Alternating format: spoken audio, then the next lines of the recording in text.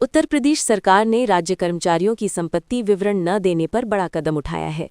68,236 कर्मचारियों की जनवरी माह की सैलरी फिलहाल रोक दी गई है, क्योंकि उन्होंने अपनी चल अचल संपत्तियों का ब्यौरा समय पर मानव संपदा पोर्टल पर अपलोड नहीं किया। ये कार्रवाई योगी आदित्यनाथ सरकार की भ्रष्टाचार के प्रति जीरो टॉलरेंस नीति का हिस्सा मानी जा रही है। राज्य में कुल 8,66,261 कर्मचारी हैं। सरकार ने सभी कर्मचारियों को निर्देशित किया था कि वे अपनी संपत्ति का विवरण 31 जनवरी तक पोर्टल पर अपलोड करें, लेकिन हजारों कर्मचारी नियमों की अनदेखी कर बैठे। मुख्य सचिव एसपी गोयल ने विभागाध्यक्षों, कार्यालयाध्यक्षों और शासन के उच्च अधिकारियों को स्पष्ट निर्देश दिए थे कि हर कर्मचारी अपनी संपत्ति का विवरण साझा करे। सरकार के इस निर्णय से ये स्पष्ट हो गया है कि योगी सरकार भ्रष्टाचार और नियमों की अवहेलना को बर्दाश्त नहीं करेगी। अधिकारियों और कर्मचारियों के लिए ये एक गंभीर चेतावनी भी है कि नियमों का पालन अनिवार्य है। मानव संपदा पोर्टल एक ऐसा डिजिटल प्लेटफॉर्म है जहां राज्य कर्मचारी अपनी चल अचल संपत्ति, बैंक बैलेंस, निवेश और अन्य वित्तीय विवरण दर्ज करते हैं। ये कदम कर्मचारियों की वित्तीय पारदर्शिता सुनिश्चित करने और भ्रष्टाचार को रोकने के लिए उठाया गया है। हर साल ये प्रक्रिया अनिवार्य है, लेकिन कुछ कर्मचारी इसे नज़रअंदाज कर देते हैं।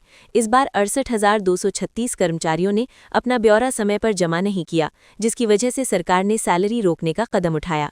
सरकार का कहना है कि ये केवल सैलरी होल्ड करने तक सीमित नहीं है, बल्कि ये कर्मचारियों के आगे की प्रोन्नति, प्रमोशन और अन्य लाभों पर भी असर डाल सकती है। इसलिए सभी कर्मचारियों को फौरन पोर्टल पर अपना विवरण अपडेट करना होगा। मुख्य सचिव एसपी गोयल की ओर से जारी निर्देशों में स्पष्ट कहा गया कि संपत्ति विवरण अपलोड न करने वाले किसी भी कर्मचारी को छूट नहीं दी जाएगी। ये कदम केवल चेतावनी नहीं, बल्कि व्यवस्था में सुधार और भ्रष्टाचार नियंत्रण की सख्त नीति का उदाहरण है। विशेषज्ञों का कहना है कि ये निर्णय राज्य में सरकारी कर्मचारियों में अनुशासन और जवाबदेही की भावना बढ़ाने के लिए उठाया गया है। इससे ये भी संदेश गया कि कोई भी नियम तोड़कर अपनी सैलरी सुरक्षित नहीं रख सकता। सरकार के इस निर्णय के बाद मीडिया और सोशल मीडिया में भी चर्चा तेज हो गई है। कई लोग इसे सकारात्मक कदम बता रहे हैं, जो सरकारी कर्मचारियों में पारदर्शिता और जिम्मेदारी लाएगा। वहीं कुछ कर्मचारियों ने इसे कठोर कार्रवाई बताया, लेकिन विशेषज्ञ मानते हैं कि नियम सबके लिए समान है और ये किसी भी कर्मचारी के विशेष अधिकार को नहीं बचाता। अब उन 68,000 से अधिक कर्मचारियों को पोर्टल पर अपना संपत्ति विवरण अपलोड करना होगा, तभी उनकी सैलरी जारी की जाएगी। सरकार ने यह भी साफ किया है कि ये केवल फरवरी माह की सैलरी के लिए नहीं, बल्कि भविष्य में नियमों का पालन सुनिश्चित करने के लिए भी आवश्यक कदम है। सरकार ने यह भी संकेत दिया है कि भविष्य में यदि कोई कर्मचारी नियमों का पालन नहीं करता है, तो इसके गंभीर नतीजे होंगे, जिनमें सैलरी रोकने के अलावा अन्य प्रशासनिक कार्रवाई भी शामिल हो सकती है। योगी आदित्यनाथ सरकार ने हमेशा से ही भ्रष्टाचार और नियमों की अवहेलना पर सख्ती दिखाई है। पिछले कुछ वर्षों में ये साफ नजर आया है कि सिर्फ चेतावनी देना ही काफी नहीं, बल्कि कड़ा एक्शन लेना जरूरी है।